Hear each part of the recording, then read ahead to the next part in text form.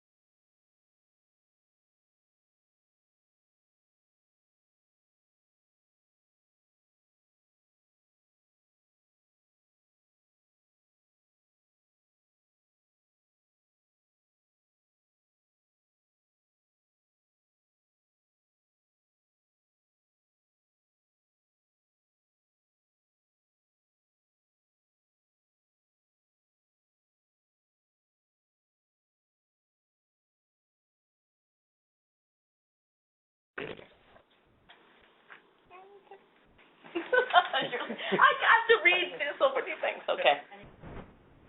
Can I start reading now?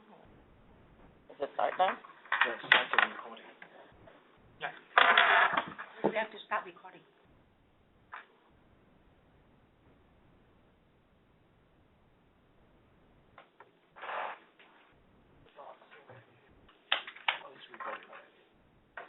It's recording already. Yeah, recording. Good to go. Good afternoon, everyone, and welcome. My name is Emily, and I am a part of the training team. Today, it is my honor to introduce you, the 2 psychiatrists who will be a speaker today. Let me give you a little bit about their bio. And before, I think Dr. Fung's already mentioned that if you have any questions or any technical issues and that you cannot hear us, please type in so our tech team can get on that right away. So let me give you a little bit about Dr. Kenneth Fung. He is the staff psychiatry and clinical director of the Asian Initiative in Mental Health Program at Toronto Western Hospital, University Health Network. He's also associate professors with Equity, Gender, and Populations Divisions at the Department of Psychiatry's University of Toronto. He completed a 2-year fellowship in cultural psychiatry at the University of Toronto. His master thesis was on alzheimer's among Chinese Canadians. His primary research, teaching, and clinical interests include both in cultural psychiatry and psychotherapy. He is the co-lead, the Pillar 4 dialogue of the Department of Psychiatry, University of Toronto, in which focus on issues regarding equity, social justice, social responsibility, and is the block coordinator of the Cultural Psychiatry Core Seminars for Psychiatry Residents. He is the seminar co-lead for psychotherapy supervisor in cognitive behavior therapy, known as CBT, at the University Health Network. And he also teaches and conducts research in acceptance and commitment therapy, known as ACT. He has been involved in the community-based research projects related to HIV, mental health stigma, and immigrants and refugees' mental health. He is our psychiatric consultant for Hong Kong Mental Health Associations and involved in various mental health promotions and education projects in the community. He offers consultants at Mong Song Scarborough Long-Term Care Center. He is a vice president of the Society of the Study of Psychiatry and Culture. He is the past chair and current historian of Federations of Chinese American, Chinese Canadian Medical Societies. He is current chair of Ontario Chapter of Associations of Contextual Behavior Science. He enjoys arts. He's dabbles in various expressions of arts, including sketching, painting, piano playing, and he is a big supporter of arts, and currently a chair of the Little Pear Garden Dance Company. So he is fun. A little bit about Dr. Lisa Adermann. She is an associate professor. In addition to her work at Mount Sinai Ethnocultural Act Team and a psychological trauma clinic, Dr. Lisa Adermann is consultant psychiatrist at the Canadian Centre for Victims of Torture with the Northern Psychiatric Outreach Program, providing outreach to remote communities on Baffin's Island. He has been involved with Toronto Addis Ababa Psychiatry Program since its conception. Assistant to in the development of the first psychiatry residence training program in Ethiopia. Dr. Adermann, recently a co-editor for the book titled Refugees and Resilience, promoting resilience and mental health among refugees and forced immigrants. Dr. Adermann, together with Dr. Kenneth Fung, is a co-lead of the program Departments of Psychiatry's 4 pillars on strategic plan. These pillars focus on issues regarding equity, social justice, social responsibility, promoting dialogue to reduce stigma, and promote public engagement with mental health issues. Dr. Adermann has been developing postgraduate training dealing with issues, social responsibilities, cultural psychiatry, and global mental health. Cultural Psychiatry Day, which now expands to national video conference linked to 6 universities across Canada, and Advocacy Day are the 2 example ongoing education events on psychiatry residents in these areas. Please help me welcome the 2 doctors for today.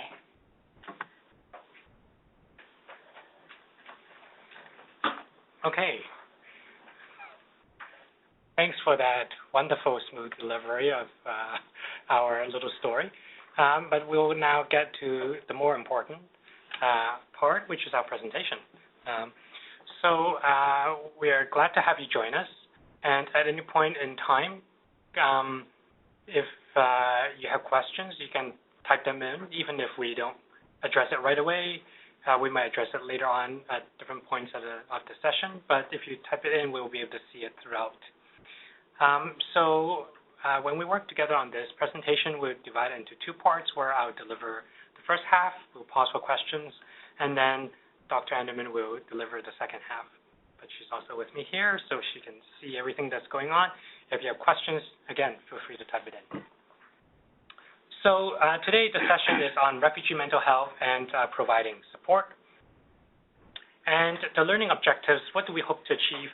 By the end of today's webinar, we hope that you'll be able to describe the impact of culture on communication and to be able to have a clinical approach to facilitate early identification of mental health issues among refugees, know some of the key principles of trauma-informed care, and to be able to apply some basic counseling and case management skills to support refugees and their mental health. So maybe for the first reflective piece, maybe just ask yourself, if you have like only 1 minute to flee with your family, what would you take with you? Now, we'll time you and give you like 10 seconds because this is a webinar. And maybe you can just kind of mentally take note of what you will take with you. So if you can type it in the Q&A or chat, maybe we can see your sharing. So go, you have 10 seconds to type it in, what you'll take. So far, we are seeing someone is typing in that they'll take photos. Someone will take their ID, mandatory documents. It's very good. Food and water to travel. That's good. Anything else? Someone would just take herself. Appropriate clothing. And I think that's important because we're living in Canada. You won't get very far without clothing. Anything else? Important paper and your pet. Okay. Money, valuables. Food and drink. Okay. Your family. You don't have sound. Okay. So someone doesn't have sound. Someone is going to get their purse. I know for women, purse can have a zillion things inside, so never leave home without it. So hopefully a medication, that's important, right? So if you are thinking along these lines about what is most essential, I think you'll have an idea of putting yourself in the mindset of refugees, because sometimes they even don't have 1 minute to go, right? So it depends on where they are. And whatever you take with you, let's say your purse, let's say your Gucci bag, it may not get very far because of the long journey ahead of refugees by the time they come to Canada, right? So I think it shows several things. One is it gets you to start thinking about the mindset of put yourself in the shoes of the refugees. And secondly, if we look at how different people will bring different things, it also reflects what's important to you personally, but also what's important to you contextually, and what's important to you even culturally, right? So in Canada, if someone put clothing, because like in Canada, you can't, get very far as snowing outside, for example, right? And for men, a purse is not going to be useful, right? So it depends on your culture, your gender, what you think are important to you. And sometimes the questions like this gets you start thinking, what is most important to you in your life? And it's really an experience. So to address kind of the first portions of the learning objectives, we want to reflect then on how culture influences all of this journey for the refugees go through, and also then how you communicate with them. So we look at what is culture. So there are many, many definitions, but one way to look at culture is that it includes the meanings, the values, and also our behavioral norms. So it can include many things. And it's learned and transmitted within social groups, right? So you learn it from within a community. And it influences how you think, how you feel, how you see yourself, and how you really conceive of the world as well. And another way of looking at culture is also adaptation. It's also how we, as human beings, as a group, adapt to a particular environment. And that would be even a more dynamic view of culture that is always changing, right? So we're in a digital age, and that brings ourselves to a new culture. This is another way to look at culture, that if we read on the left-hand side, it's actually a quote from an anthropologist, Kleinman. Every man is in certain respects, and he writes it originally like all other men from the bottom, like some other men, and like no other men, which means that there's something universal about all of us as human beings, our needs. A lot of you put down food, clothing, right? Maslow, a hierarchy of needs, some of the basic things. And then each of us is an individual. So when you're dealing with a particular person, there is a particular individual with his or her own experience, personality, and history. At the same time, there's a collective group identity. They all belong to a certain kind of social grouping categories, and they share certain social culture. So we can also understand culture as something that is both an identity as well as the meaning concepts that is ascribed to a particular social group in that middle layer. And so that's what we're also talking about when we're talking about culture. And there are many different dimensions of culture, everything from communication style, how you communicate, to family roles, eating behaviors, rituals, child rearing, and sexual practices. We probably would have put it on a different line. We don't mean child sexual practice. We mean child rearing and sexual practice on two separate lines, and ways of regulating aggression and punishment. But essentially, it's everything that we deem someone as normal, essentially belongs to, you can see it through the lens of culture, because that's how we come to understand the world.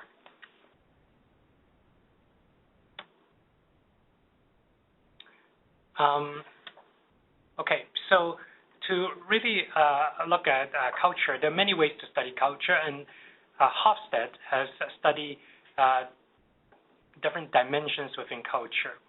So originally, some of the original studies was done through IBM, because as you know, back in the day, IBM is one of the hugest and still is a very big corporation with employees all over the world.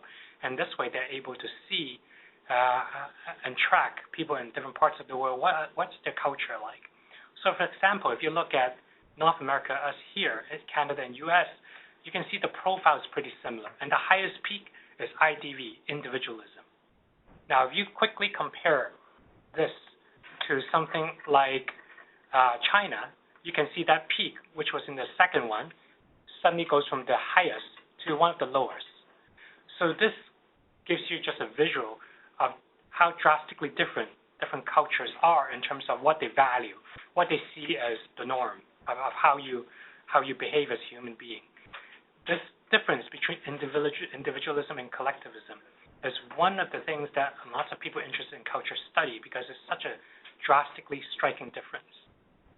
And so we'll have to keep that in mind as we look at cultural differences. So again, if we look at how this can, not only from some of our deepest values and meaning, it can even influence our perception. So for example, you see three things here. You can see like the chicken or the hen, you can see a patch of grass, and you can see cow. Now, if you can quickly type on your box, which two things are related to one another? So this will be another interactive exercise. So go to your keyboard and type which two things are related to one another. So we'll see quickly. Someone said cow and grass. And someone else said cow and grass. Someone says cow and chicken. Someone says there was a hen and grass. There's a chicken and grass. And there was some explanation about them living in a farm together. And someone decided to break the rules and say all of them. I cannot choose. Okay. But you can see this kind of testing is like an immediate perception test. And so this similar kind of test has been done on lots and lots and lots of people. I know all of them are related. A lot of people point out.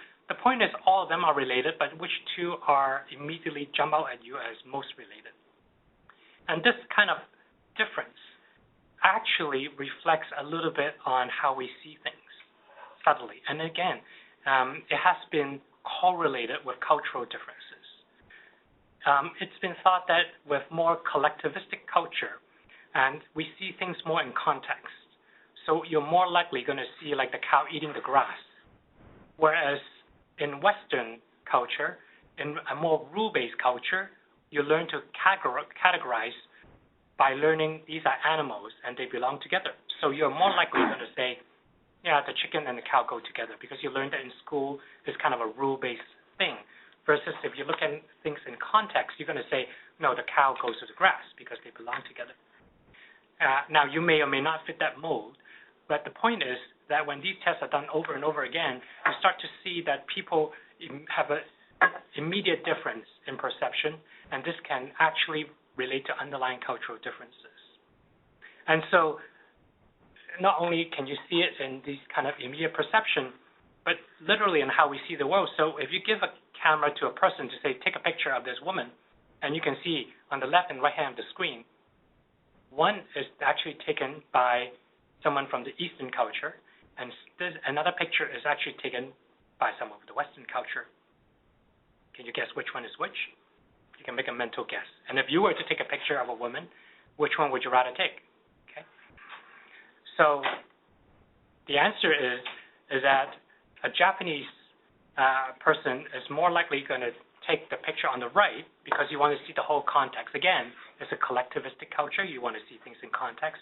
You want to see how one relates to another. Whereas, again, if you're in North America, most likely our mentality is more individualistic based. You want to focus on the person's face. You want to focus on the person rather than the environment. This has everything to do with how we construct our meaning all around us. Where is the problem? Do you see the problem with the whole environment, or do you see the problem is residing in the one person, for example? And this was done in 2007, but there's even a more updated study. Someone has trouble seeing the picture, but I think most of you have seen it because someone says the left photo. Now, the latest study in 2013, for example, Facebook. This is very interesting, I find. In the ratio of how big the face is, you can see the two extremes. A person living in Taiwan, a Taiwanese, is going to, again, have more background. The face is going to be less big. But if you're in U.S., an American person living in the U.S. is going to have the face way big and the Facebook-like profile photo. Right? So this is even happening right now in 2013. Despite in Taiwan, it's obviously very westernized, but the cultural element remains. And you can see an American person going to live in Taiwan, you can see it decreased.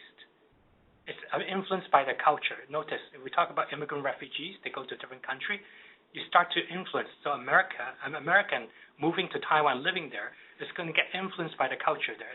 The face is going to look less big. It's going to take in more in the environment. Conversely, a Taiwanese moving to U.S. is, it's bathed in the Western culture. The face is going to go bigger and bigger and bigger, right? Until your Facebook picture looks just like a Westerner, right? So you can see that. So this is a very interesting thing, just even looking at Facebook, and you can see the cultural differences. So all this means that as care providers, as settlement workers, we need to be able to manage these cultural differences. So a definition of cultural competence, then, is a set of congruent behavior, attitude, and policies that come together. So the key point here is to be able to work effectively in cross-cultural situations. And this means that when you're relating to an immigrant or refugee, that you're able to, my voice is cutting off for someone, someone says. I don't know if you can do anything to maybe it's just the phone. Speak closer to the phone. Okay. So we have to be able to manage cultural differences. And here, there are several things in this definition by Terry Cross. So the other thing is that not only do you have to be culturally competent, but the agency you are working with need to be, so that you can feel support in delivering it. Because otherwise, you would just be kind of one person yelling into the wind. And as we're developing this, then, cultural competence, we need to look at both attitude, knowledge, and skills. And we always need to start with attitudes. Look at our assumptions. That's why all these preceding slides, from what you're going to take with you in 1 minute to looking at cultural differences, this is to reflect on the invisible within us, because culture is often invisible. So to look at where our cultural values are and where our biases are, to looking at developing a knowledge and skills that are both generic and specific. Generic means that these are the skills you need to manage cross-cultural differences with refugee and immigrants of any type.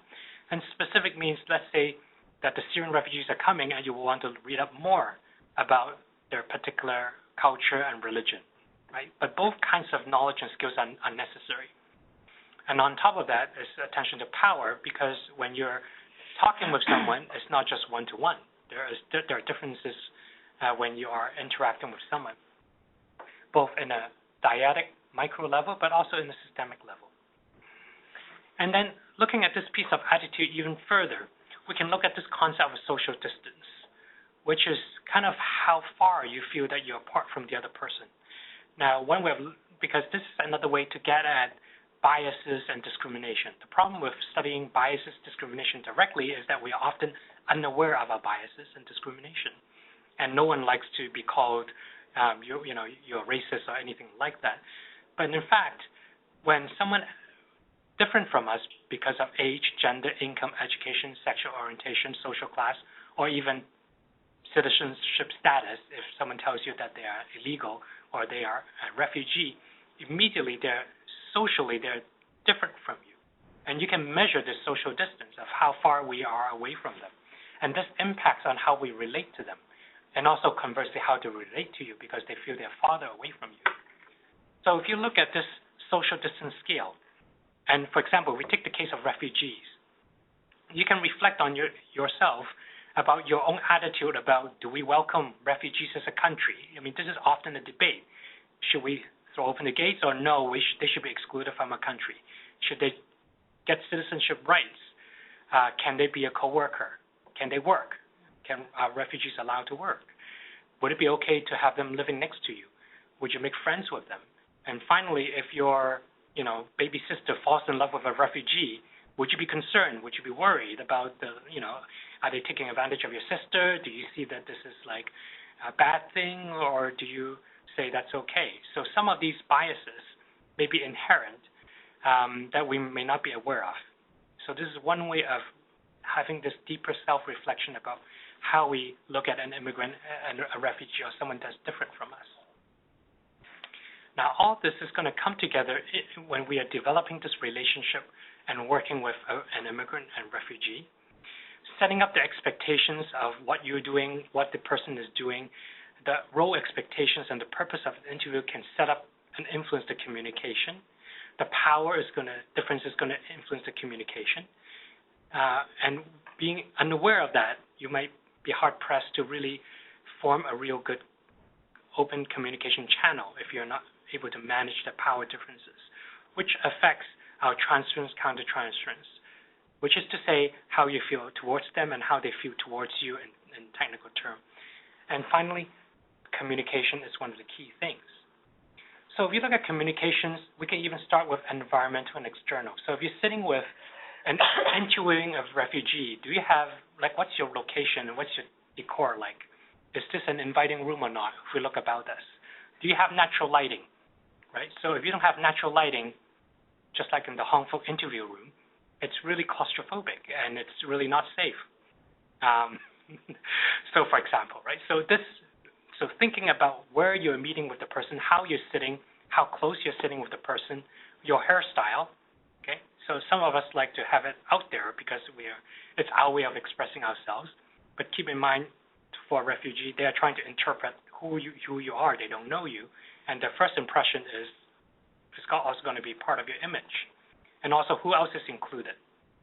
Because a lot of them may be used to being interviewed with a whole family versus on an individual basis. They may not feel right just talking with you alone, especially if they are male and female, and there might be cultural prescriptions about how interviews are conducted. So think about all these factors even before you say the first word, and look around you to see if it's welcoming. And then we look at also the nonverbal, eyes blinking, your facial expression, your gestures. Do you gesture a lot? Do you nod a lot? Do you sit? Is it nodding, or is it like shaking your head from side to side, which can communicate many different things? And then finally, of course, verbal. The language, the content, the choice of your words, and whether you use big words or small words or lots of jargon.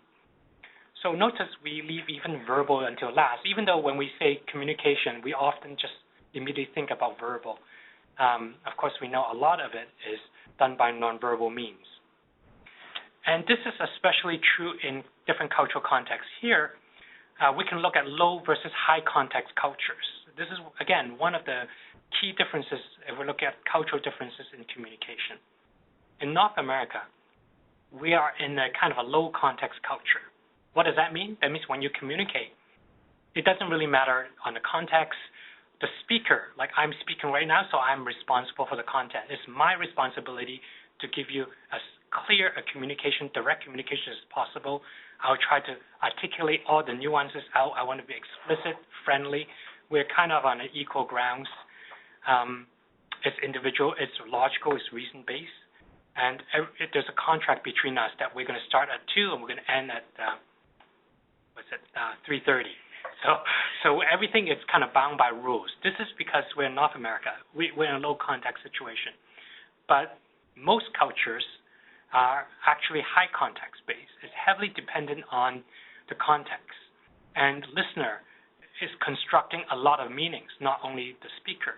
A lot of it is indirect communication based on just the implied relationship, your body language, your facial expression. A lot of it is implicit.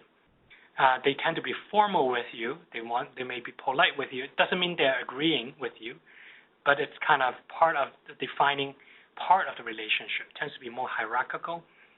It's interdependent versus like an individual independent relationship, and it's more intuitive.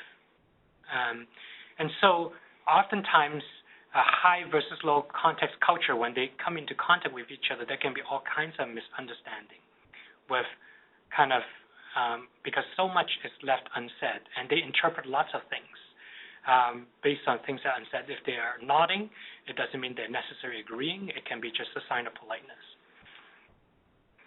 So actually, this very slide is very low context because everything is broken down by boxes. For a high context, think about this. This would be how I would have presented the last slide. This versus this, okay? So if you just see this on a wall, you don't know what it's about. But in this context, you kind of get what I'm trying to say between low context and high context, the contrast between them. This is from a graphic artist who is expressing the difference between East and West, for example. That when you're explaining meaning, we like to go from point A to point B and spell it out, but for a high context person, you see everything is important, the context is important. You never just say things directly, right? So just even this picture itself, you need some context to understand it. That's kind of the difference between this one and the last one, which is like everything in a table form and everything is spelled out. And so this is, I find this very interesting slide off the internet. You can see that the different cultures, if you're looking with people from Arab, for example, they are considered a high context culture, whereas here, everything you think it's very out in the open is low context. And you can see even on the right-hand side, if we translate it to communications, so much would be lost in the email versus like face-to-face. So whether you should use Skype versus you can use just email them, to your clients. I'll see you Thursday. They would read into it and say, what does that mean, right? Because the cues are not there, right? So think about how this translates into our everyday conversation. Just recall even Facebook, right? So to put this all together, when you're sitting with someone, how do you look at all these cultural pieces? The DSM has an outline for cultural formulation. This is a way of organizing important cultural information. When you're sitting with an immigrant or refugee, these are the things that you can keep in mind. It was started in DSM-4, and these are the headings as reworded in DSM-5. First, you look at a person's cultural identity, and this can include where they come from. This can include their sexual orientation. This can include the gender, and this can include their sexual orientation. And it can be varying degrees of how they identify with the home culture. And the cultural conceptualization distress is a second one. If they have a problem, they have a certain idea culturally of what the problem is. And third are the psychosocial cultural stressors in the community. And also, from their culture, there are strengths from it, there's supports from it, but there's also stress from their culture, all right, as with any culture. And the fourth is any cultural factors that kind of mediate the relationship between you and the person in front of you. And finally, 5 is consider everything together. There's a question here. With all this high context, low context culture, does it mean high context culture respond better in face-to-face? And I would say that's yes. So on a face-to-face, because they get so much more cues. But of course, it means that there's a higher chance that you'll also do something wrong too, because you give so much more information about yourself, which is why I always start with reflection about what kind of, because people literally read your facial expressions a lot more, and it's there's been some thought that we in the West actually gets worse in reading facial expressions than some of the high context culture because they're paying so much more to the micro expressions on your face when you have a look of contempt. Like, do you mean you want to get social assistance? Like, if that micro flash on your face of contempt, that people may be able to read that too. So looking at cultural identity, this is a Berry model of cultural identity, looking at it, meaning that when people come over here as either immigrant or refugee, people can have either high identity and cultural values of their own or low, but also they can absorb or buy in the Canadian culture as well, either high or low. So then you have a 2x2 grid, because there'll be people who are highly integrated into both the Canadian culture, but also have high continued maintenance with heritage culture. So they use this, what we call a cultural strategy of integration, or assimilation means that they are kind of losing touch with the home culture and they try to behave as much as possible to Canadian, like assimilated. Or separation, meaning that they are high in their home culture, but low in Canadian culture. Or marginalized, meaning that those immigrants or refugees that the community is quite small here, they feel they're losing touch with their own culture, but they can't fit into the mainstream culture, they're marginalized. So you can see that different acculturative strategies that immigrants or refugees use, it depends a lot on many things. Sometimes it's personality. An outgoing person is going to want to explore more. People who are less outgoing, they might want to hang in more with their own familiar things.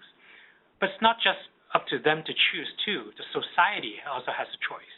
How you and all of us welcome newcomers as immigrants and refugees also matter.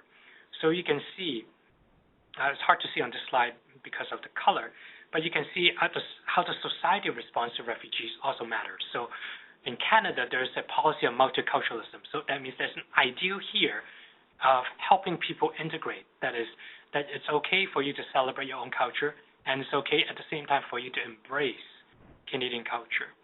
Whereas, by and large, the United States is a little bit more towards the melting pot.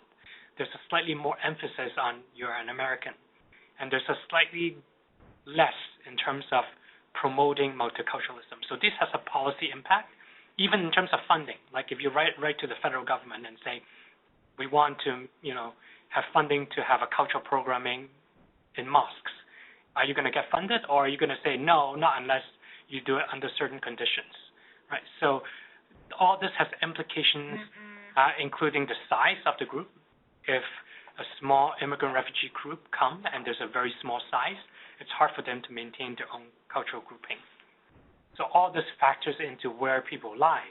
So theoretically, people who have the best mental health could potentially be people who are integrated, and people with the poorest mental health could be those who are marginalized because they're losing touch and they can't grasp onto a culture. In terms of whether you do well, if you're using separation, assimilation, that depends on other contextual factors. If you have a large enough protective community, then maybe it's okay for separation strategy. So it really depends. And for other people, assimilated means it's better for them to survive and get a job. So it really depends on the individual. And so the second concept we talked about is that different people have different concepts of what are their problems. So Kleinman, who started in a way, inspired the whole field of cultural psychology, cultural psychiatry, is to notice that people conceptualize their problems differently. So when we talk about early intervention, early identification of anxiety disorders, depression, schizophrenia, these are our terminology. So whereas a refugee coming in, they may or may not subscribe to that or know about that. They may come to you and say, I have a headache. I have a burning headache. My problem is that I have a spirit in me. So they may tell you different things. So so for us to communicate means for us to make this connection, for us to understand the problem and of the stress from their point of view. So these are some of the kinds of questions that's in the slide that you can look at afterwards that gets us helping to elicit this underlying thought process from the refugee standpoint, not necessarily from our standpoint. Like, do you feel depressed? Some are going to be able to answer you. Some will not be able to answer you. Some will answer you, but incorrectly. In other words, not the way that you're thinking about, right? Because there's a cultural miscommunication. Are you anxious? They may say, no, I'm not anxious. I'm here. I'm safe. But what they're not telling you may be everything that they feel distressed about, or the headaches, or the fact they can't sleep, or the fact that they feel their heart is beating fast and they think there's something wrong with their heart, right? So to help us navigate through this, one resource is the cultural formulation interview in the DSM-V. In other words, instead of having those 4 categories, someone has gone through and convert them into like 16 questions that you can read off a page. It's encouraged that you do not read them off like verbatim, because that loses, again, this high context communication, right? So you need to be able to really integrate this into your work as you're talking to a refugee. But we'll recommend you to download it to look over the questions, because they help you think about asking questions about the person's family, and what they're going through. And in addition to the standard questions, there are supplemental modules, and one of them is on immigrants and refugees in particular. And so this is the particular supplemental modules, and these are the kinds of questions that you can download for immigrants and refugees in particular. And so you can download it completely. The PDF is free off the website, and maybe Maria can also send it out from Hong Kong for your ease afterwards. Again, they give you questions to ask, and they fall into these are the major categories, so that you can ask questions about the background, where they come from, whether they had difficulties even before they migrate, what are their losses along the way, just like we asked you, like what would you miss if you were to flee your house in 1 minute? What are the challenges, even in the migration process? Sometimes they've gone through, in their journey, they have gone through abuse or harsh conditions or trauma, even en route. The ongoing relationship with the country of origin, do they still have ties there? Sometimes they have responsibilities there. Sometimes they have fear for their own family back home. How do they resettle in the new life, both the pluses and minuses, both the stress and also what they appreciate about being here, and what are the supports here, the relationship with the problem, meaning how is all this refugee process, how do they relate to the presenting problem that they have coming to you, and what are their future expectations here. And so this kind of summarizes how we might want to render assistance to an immigrant or refugee or someone from a different culture, that we can listen to their understanding. We can explain, sometimes if we find that there are differences, we can explain our perceptions of what the problem is and acknowledge that there are differences if you're able to do step 1 correctly, because step 1 is the most important one, right? After being able to elicit and understand things from their point of view, and if we have in the back of our minds another kind of way of looking at it, we need to acknowledge that there are differences and negotiate such differences. We can recommend our intervention and be open to negotiate that. So sometimes we may have an idea that, okay, step number 1 for you should be, you should go home and fill in this form, right? But maybe that doesn't work for that person. Maybe you need to negotiate how this is going to take place, instead of just saying, here, this is the usual process. Before I can help you further, you're going to have to go home, fill in this form, and then call me in 5 days, right? So people are not going to be able to do that. So how do you negotiate our usual protocol, our ways of doing things, so that there's a way of moving forward together and build that relationship?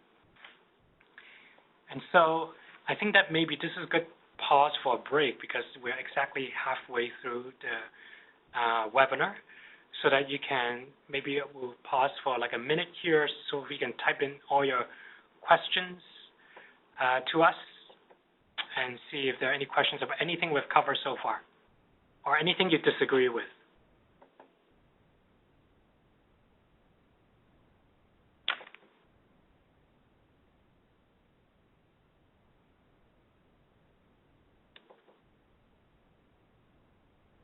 Let's just check.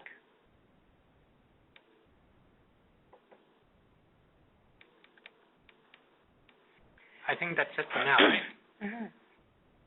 Or people can comment whether these tools seem like something that they can bring with them to work tomorrow and seem kind of easy to use, something that's new or a twist or something that's going to kind of help with some understanding. Or we can save that for the end. We're going to switch presenters. Okay, so there's a question here.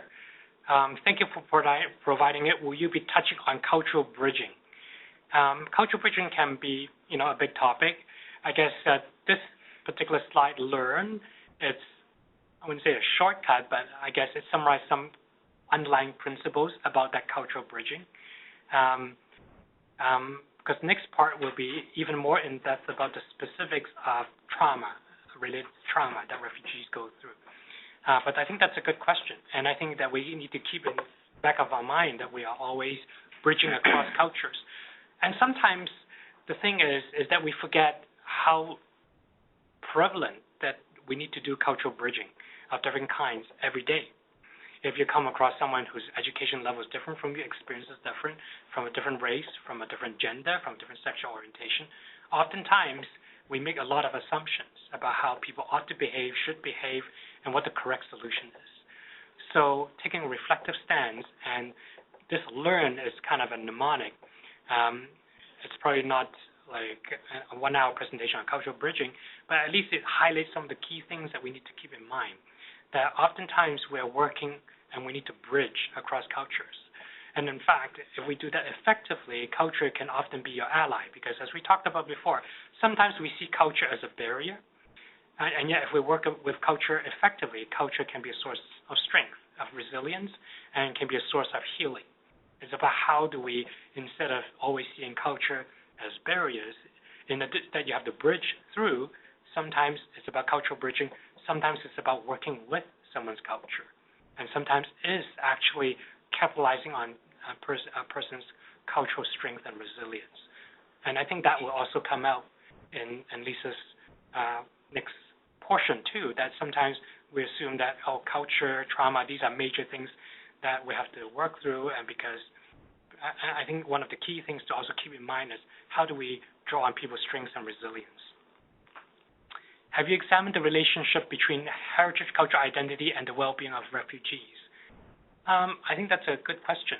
I don't know if there's exact studies on this.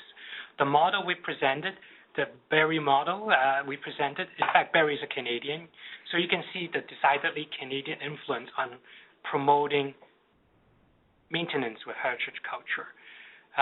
So I don't think there are lots of international studies even on this kind of concept, because a lot of acculturation scales, especially from the States, still have bicultural in the middle.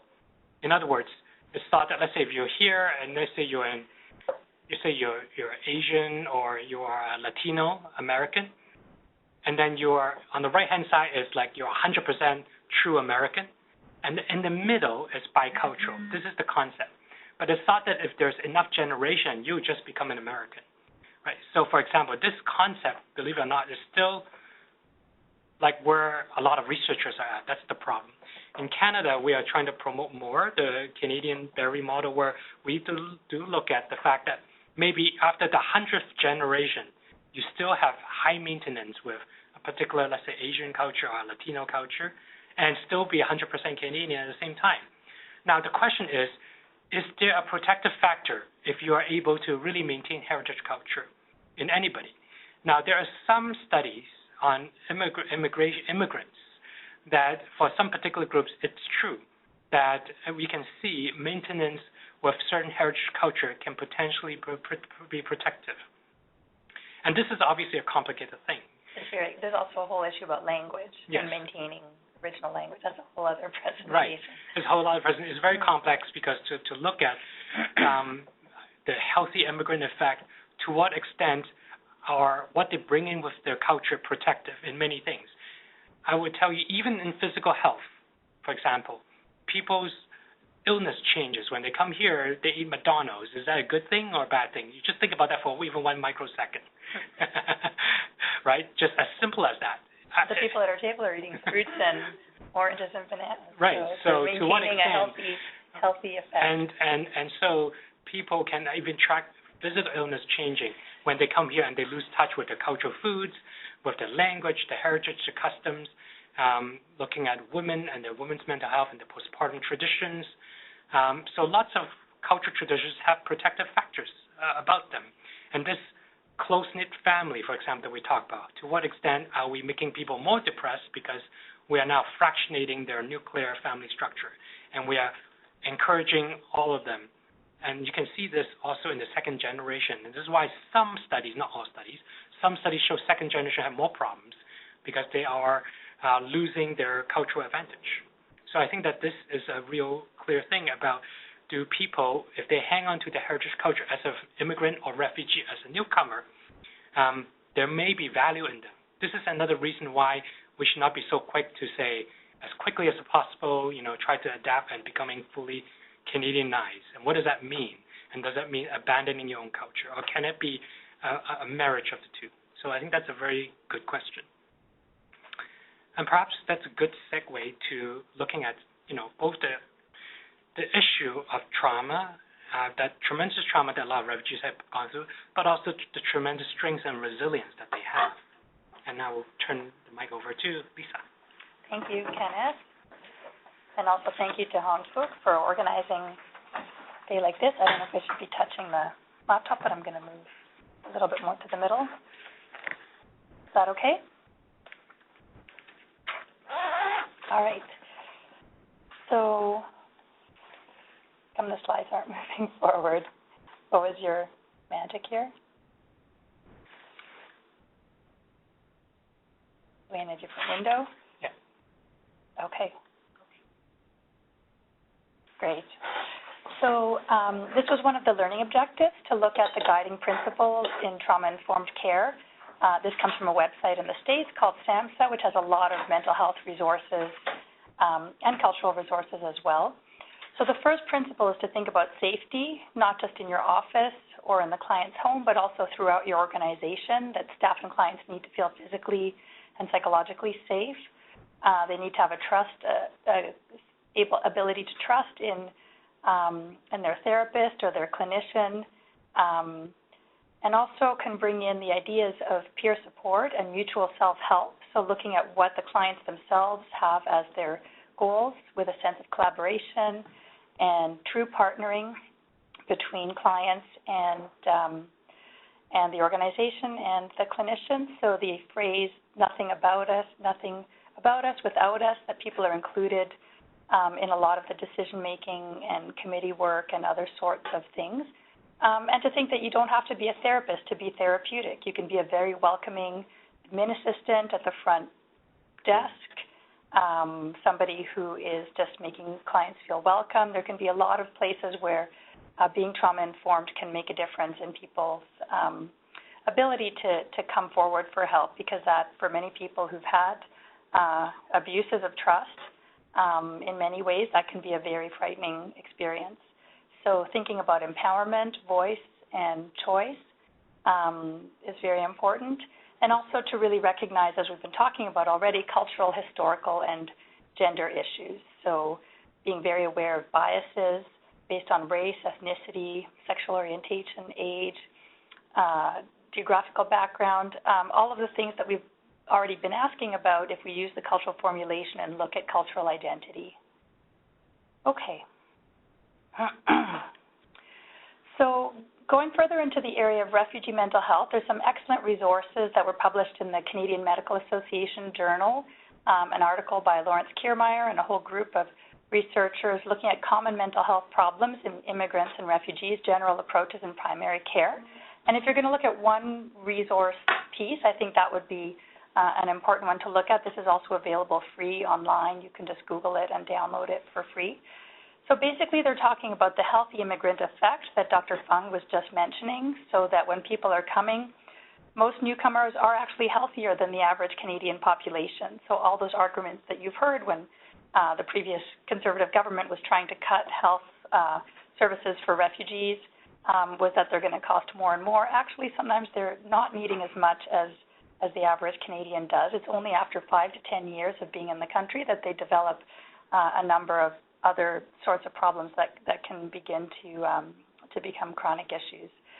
The one exception to that is when we're looking at people who've been through torture or severe trauma, and those people may need a particular kind of approach. So this is a hot-off-the-press article, also from CMAJ, about caring for a newly arrived Syrian refugee family, and we're not talking about specifics of Syrian refugees here, but more I wanted to bring up the question about should newcomers, whether they're from Syria or elsewhere, be screened for mental health issues.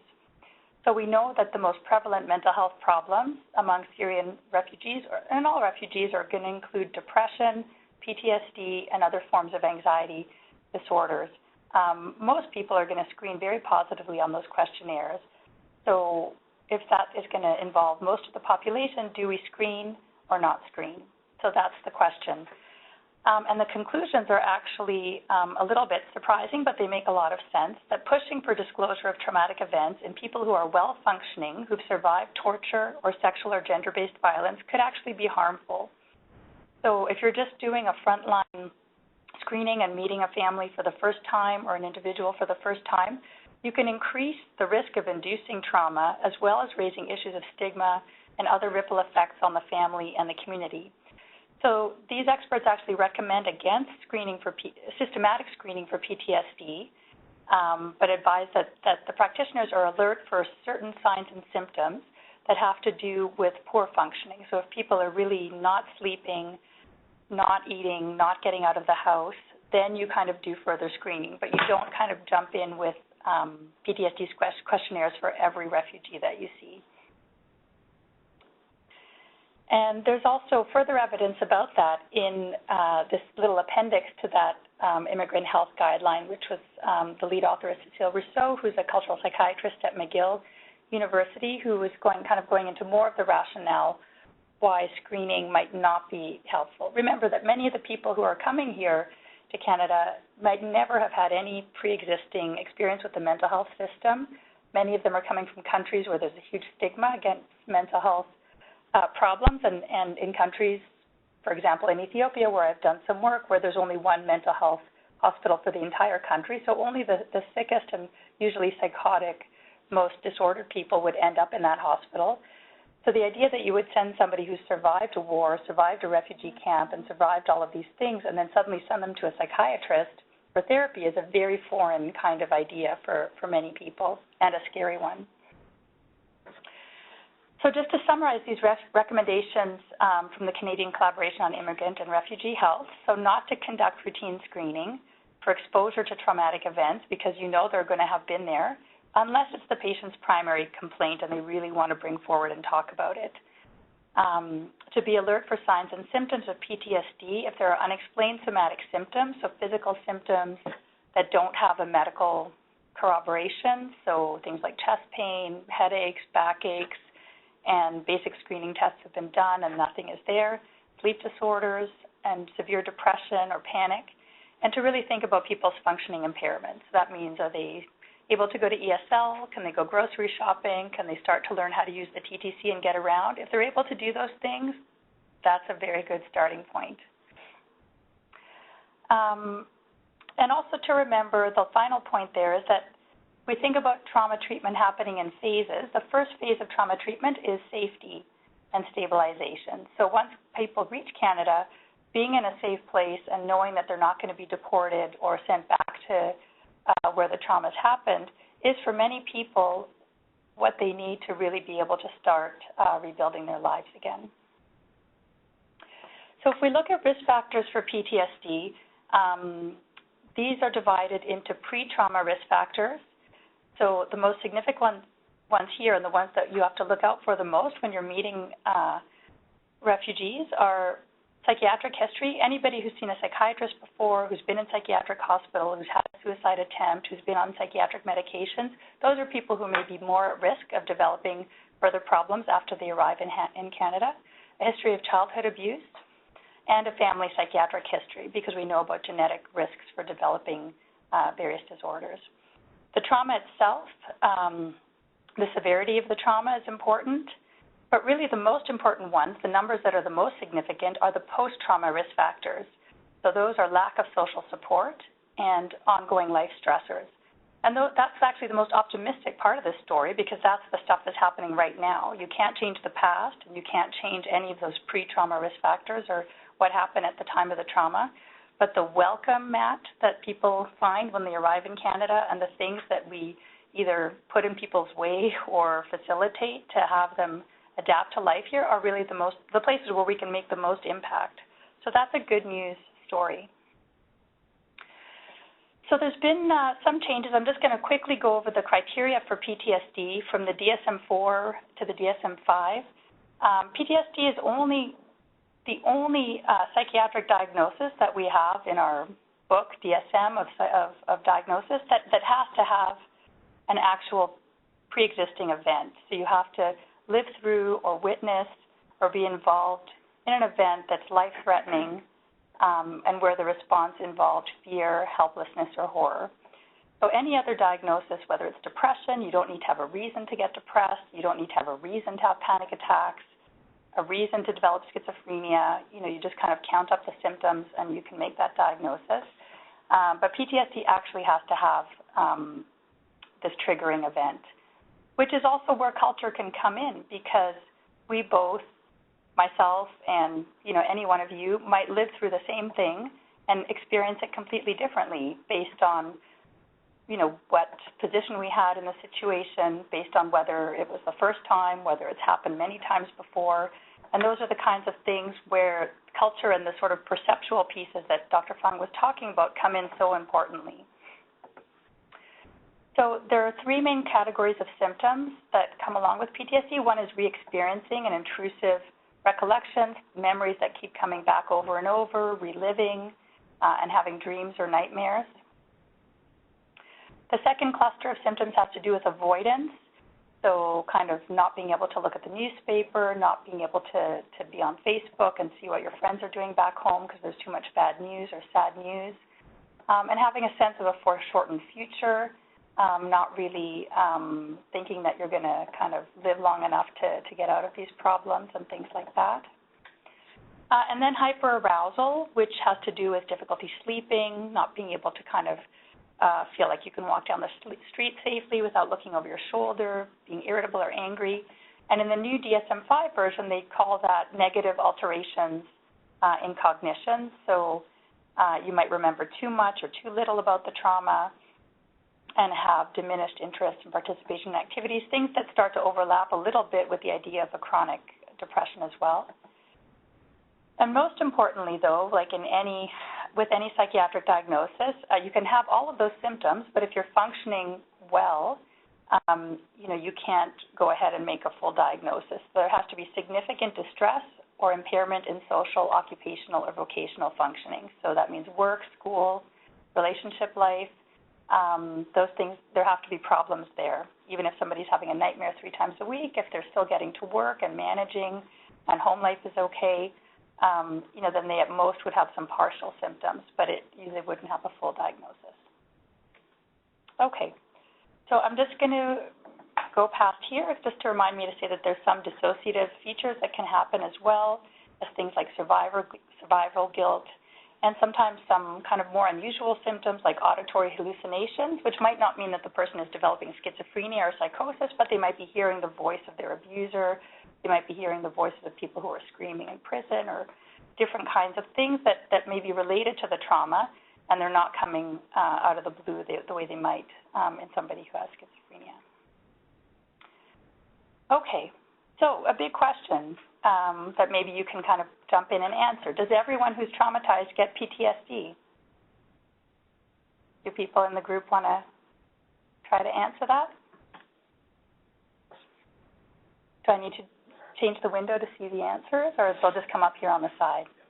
Okay. It's kind of yes or no. I won't get fancy and ask for any statistics. No and no. Great. Okay. So let's see how many actually. So if we look at a criterion A event, which is something that's kind of severe enough to lead to PTSD in certain cases, if we look at a whole population, this was done in the United States, 60% of men and 50% of women had experienced something severe enough to be considered this criterion A event. It could be a car accident, it could be a bank robbery, it could be rape, it could be domestic violence. It could be a lot of different things, but if you actually compare that to the lifetime prevalence of PTSD over a whole population, then it would be about 5% for men and 10% for women. So that's a whole lot of people who experienced things who didn't end up developing a psychiatric diagnosis of PTSD. So that says something about people's ability to recover and resume their lives after a negative event. So that kind of looks like this, an extinction curve where you go from, in the early weeks, many, many people are going to have sleepless nights and nightmares and kind of be sitting at work and see pictures flashing back in their heads about the bad thing that happened or the negative thing. At 3 months, 53% will have recovered. And it's this little group of 15 to 25% that are still unrecovered after many years who are the core group that we're worried about. So at the actual time of an immediate trauma, if there's been, I don't know, a plane crash or some major disaster, it's important that people have psychological first aid, blankets, food, shelter, telephones to call home and tell people that they're safe. But it's the people that you want to check up on months and years later who are still suffering from symptoms. Those are the people who may need where help becomes the most important. Not just that time heals all wounds, but that some of those people may require some management along the way, but those are the ones we want to look out for at the bottom. So another reason that PTSD in refugees is a bit contentious is that it's not just, because it leads to the risk of medicalizing kind of a lot of worldwide problems. So it's not just that people have had these symptoms and can't sleep and have nightmares, but it's really the whole breakdown of society, loss of family, disruption of daily life. People's whole lives have been turned upside down because of political and social situations. And that people believe, like Arthur Kleinman, who we heard about before, that suffering can't be usefully reduced to a psychiatric diagnosis of PTSD. So that the pain and trauma and disorders which give rise to this are health conditions, but they're also political and cultural matters. And we have another psychiatrist called Derek Summerfield who talks about the medicalization of PTSD as obscuring the political roots of these problems. So we place all the emphasis on the patient who's sitting in front of us or the client who's sitting in front of us with some of these symptoms, but we're missing the big picture of what's happening in the world. And his argument is that suffering is inevitable for human beings, and traumatic experiences have been occurring for thousands of years. And to heal, we've always needed to rebuild the institutions of society. So religious places, schools, workplaces, healthcare, pubs, places where people can get together, and that we need to emphasize less treatment and more assistance with rebuilding this infrastructure, which houses the culture system of meaning. So I'm going to show a quick video clip. This is from, just to hear things from a first-person perspective. It's from a UNHCR series of narratives on just little vignettes of different people's lives from around the world. It's very informative and very educational and a little bit difficult to watch, so just a warning. But while you're watching, I want you to think like clinicians and think, who are his supports now? Does he have PTSD? Does he actually need treatment? What kind would you refer if you thought he did? And how would you proceed if this young man was telling you his story? It's about 3 minutes long. So I'm going to just press the play button here.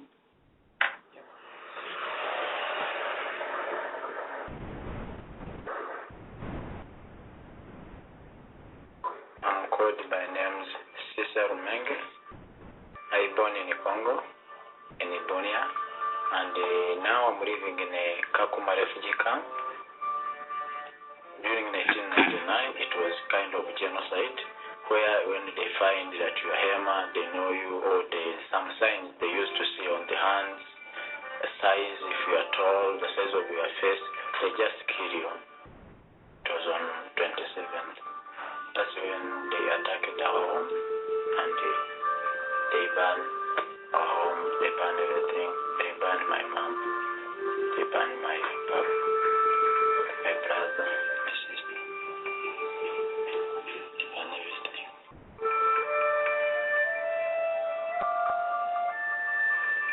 So after they killed my family, I had to run away. So we had now to walk up to the border. Because walking up to the border, many people were like going refugees, ladies carrying the luggages, but it was okay. Then when I reached to Kenya, I went to UNHCR, Nairobi, and they assessed my case, and they booked for me a bus. They sent me to Kakuma.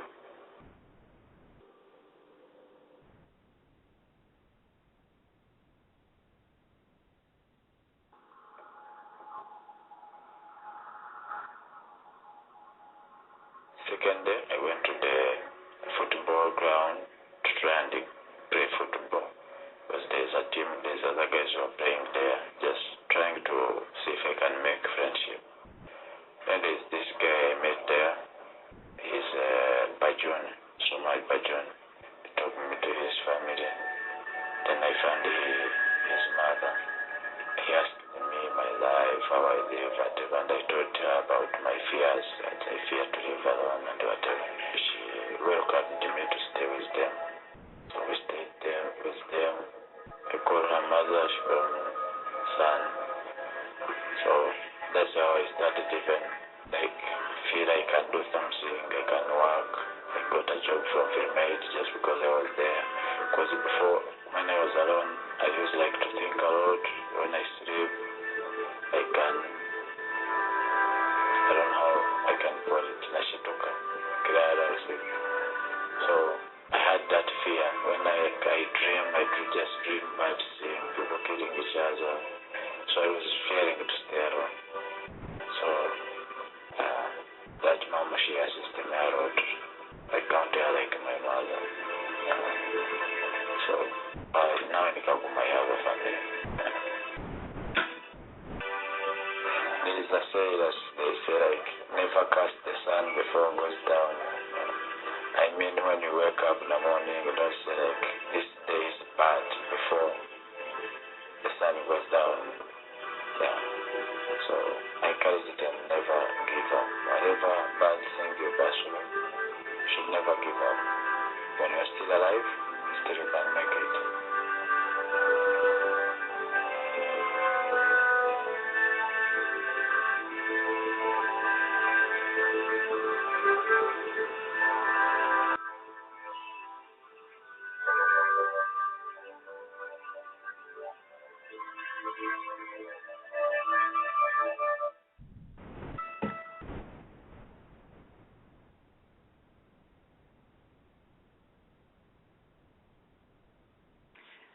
Okay, so maybe we can just pause after that very powerful video, and I'm seeing a few comments from the group.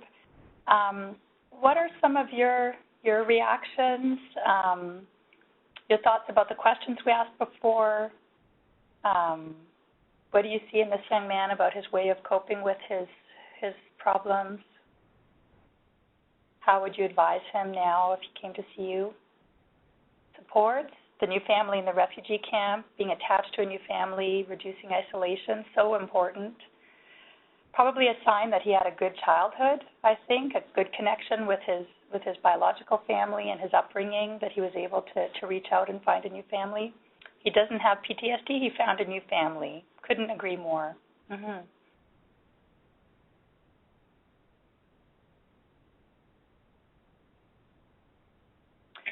So he probably, a couple of other clues that you can look at when you're hearing him talking. His story was very fluent, right? He was very articulate.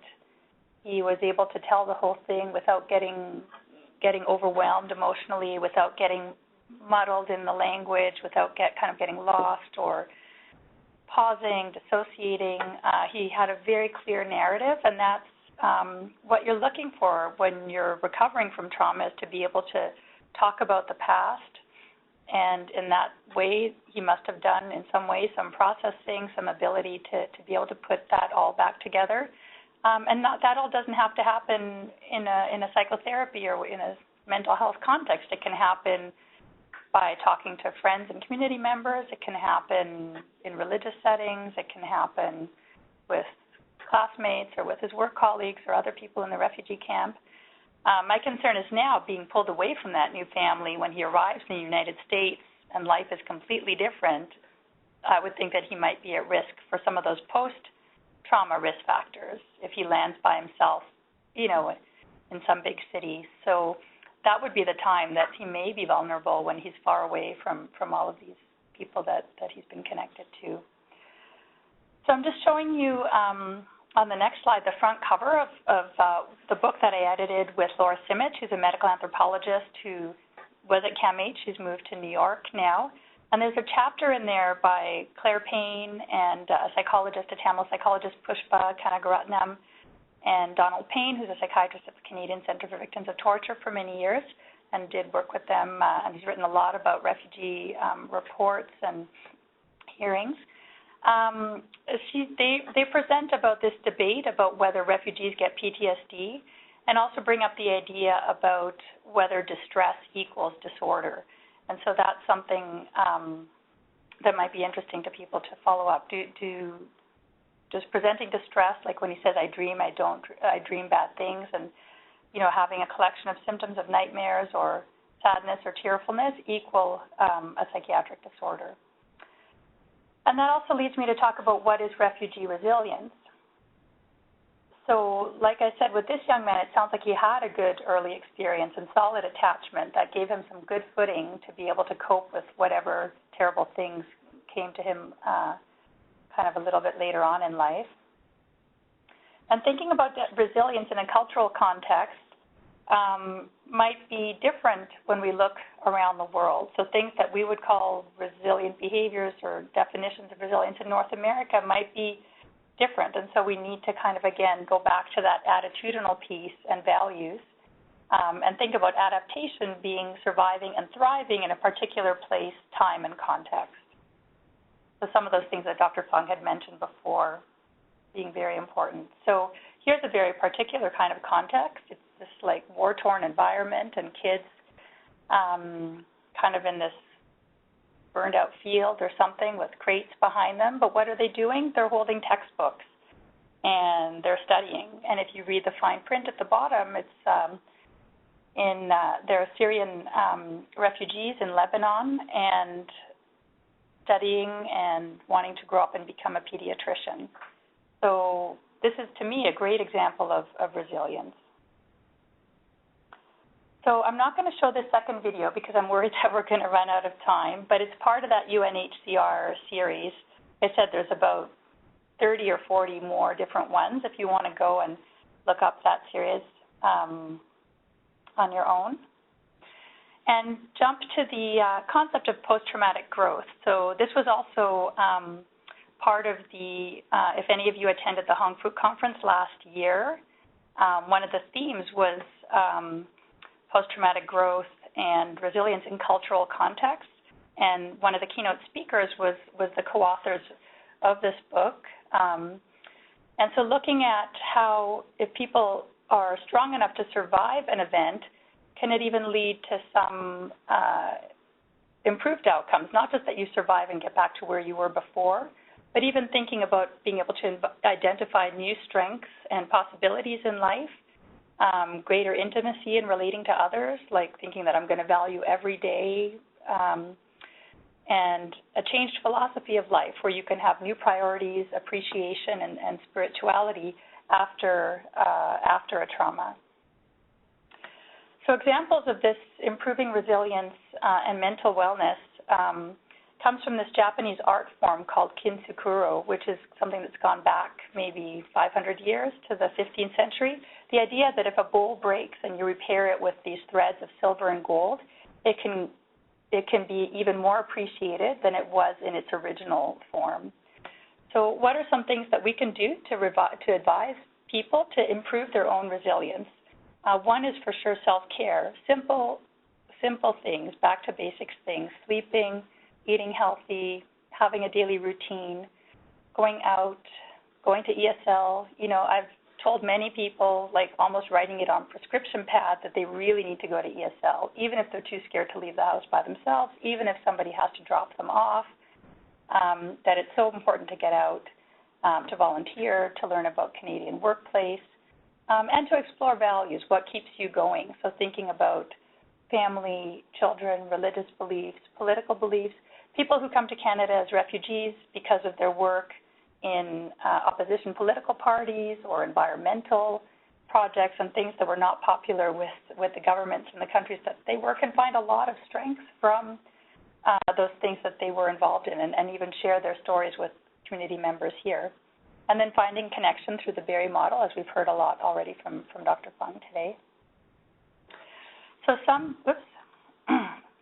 some psychological principles for PTSD prophylaxis are fostering a sense of security and self-efficacy. So the first, of course, is safety, protecting from further threat or fear of further threat. So many of the Syrian refugees that are coming now are coming as government-assisted refugees or as privately sponsored refugees. So they know that once they get to Canada, they're here to stay. They've been pre-selected, and all the paperwork is done, which is very different from refugees who are coming, landing at the airport, and then claiming refugee status when they arrive in Canada. Those people may have months or sometimes even years of uncertainty where they don't know what their future is going to be, if they're going to get to stay, if they're going to be deported. And so it's very hard to start moving on to rebuilding your life and working on some of those basic needs when you're still in this threat of uncertainty. So things like reinforcing natural support systems, involving spiritual leaders, teachers, physicians, places of worship, thinking about different sorts of social groups that can bring people together, and also including the refugees into decisions that involve them. So this is very much going to back to the principles of trauma-centered care, providing the right kinds of information and education to orient them, and responding to whatever needs that they bring up themselves. That's like the LEARN model, what people bring up as their main thing. They might want to come to see the psychiatrist to get a letter for housing, to get some advocacy letter for subsidized daycare, or different sorts of things. You might think that they're needing X, and they have a very practical need for something else. So getting to that, hopefully before the last moment of the appointment when they're just already at the door, is always an interesting challenge.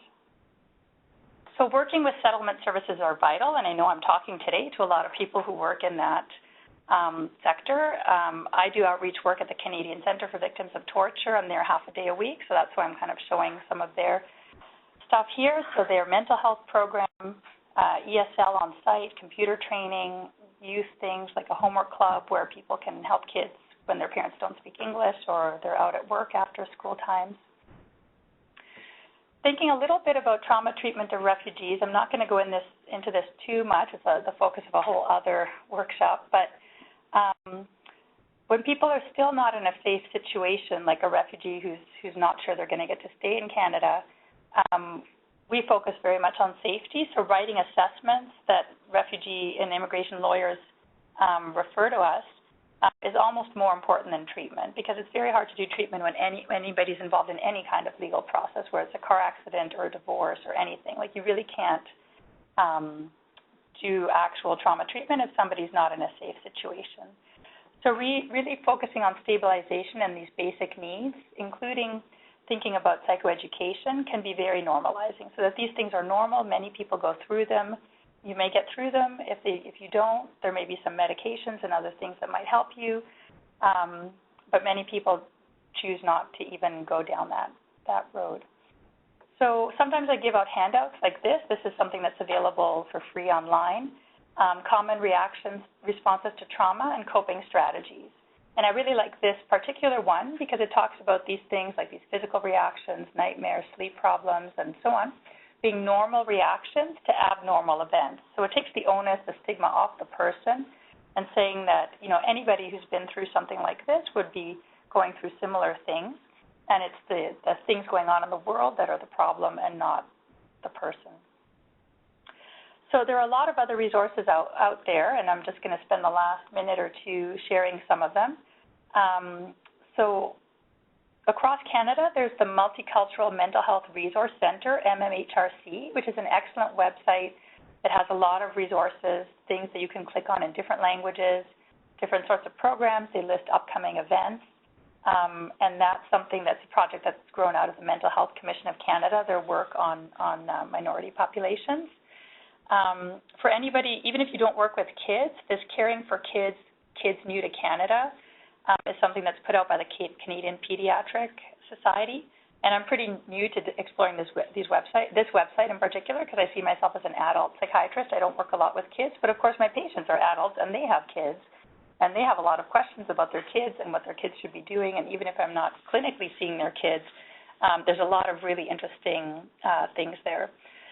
And then in terms of culturally specific sorts of programs, like the things that Dr. Fung was talking about at the beginning, we can take a very generic approach and use these tools to be able to work with anyone, like the cultural formulation.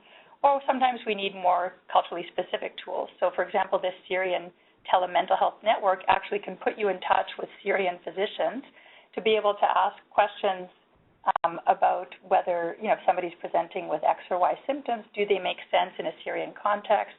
If you're trying to figure out if somebody is needing treatment or trying to express symptoms in a certain way, things like that can be helpful. There have been refugees have never been in the front pages of the news or in the kind of education schedule as much as they have been in the last 6 months. So there's a lot that's been going on through the Refugee Mental Health Project at CAMH. They had a big day on February 10th, a couple of weeks ago, at the YMCA downtown, and their whole day is videotaped and can be found on their website.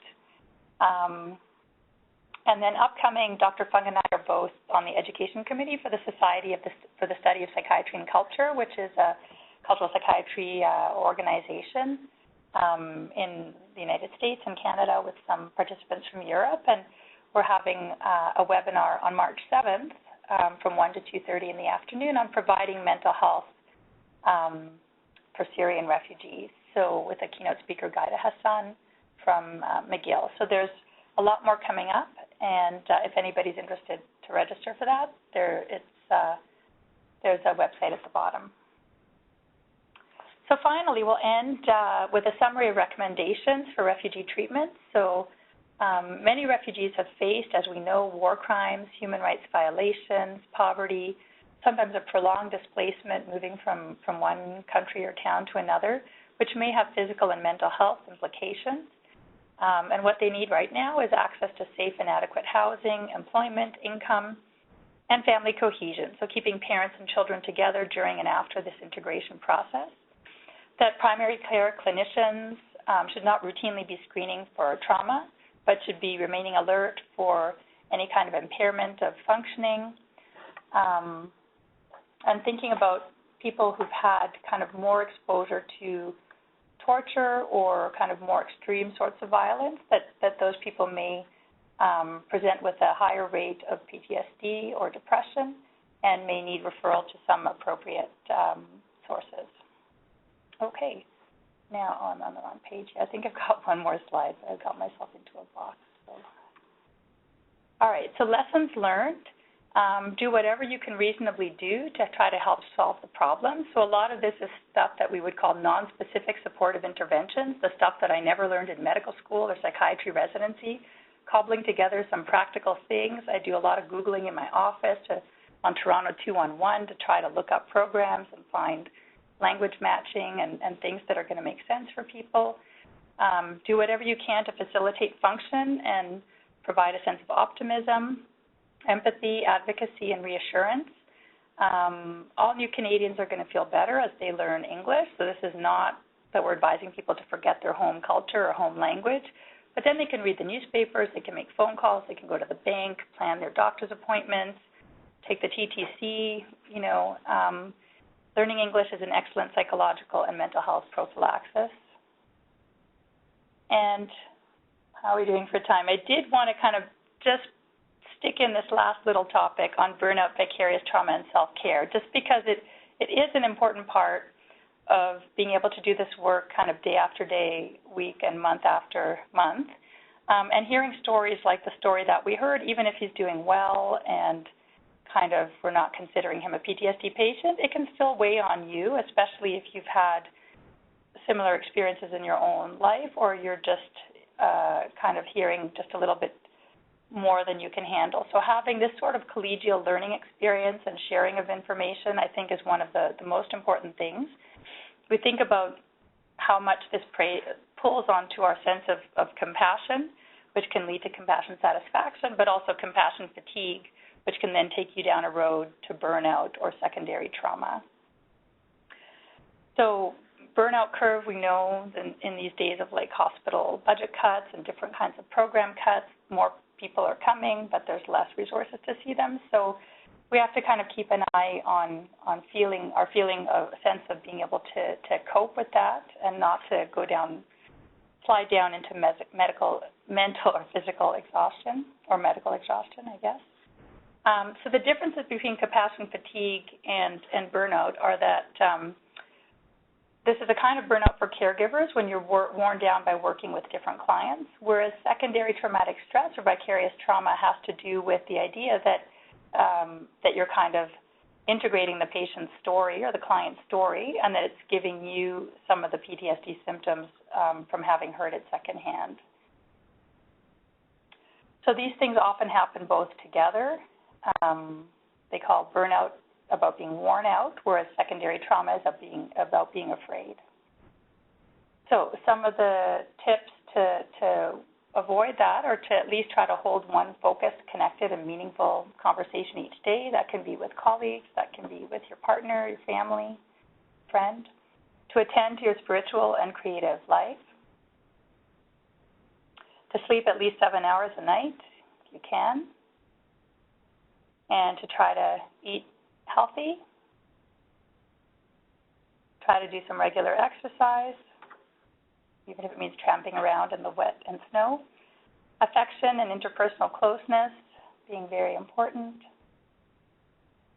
And thinking about ongoing training, skills development, and kind of mingling with your colleagues. And if anybody can identify what movie this comes from, we can, I don't think we have a prize to give out, but my son hates it when I say, if you can answer this question, you'll get a prize. And he's like, what's the prize? I'm like, well, you got the question right. And I think this is pretty much the last slide. Somebody's asking if we can have a copy of the PowerPoint presentation. I'm not sure how that's going to get emailed around to everybody who registered. Okay. And thank you all very much. So we have a little bit of time now for questions. We're not going to get cut off exactly at 3:30. I know it's already a minute or two over, but there's a little bit of time if people want to email in some questions or comments. I think there's also evaluation forms that are going to get emailed out to you. Once you finish, it'll pop up, okay?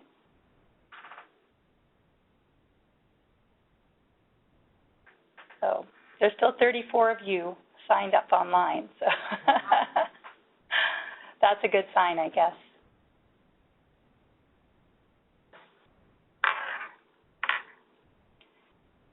Okay, thank you. Anybody want one more minute to send in a question?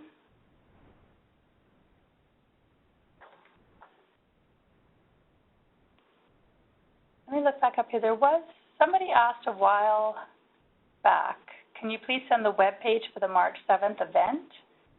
I think we can do that. Kenneth will have the flyer.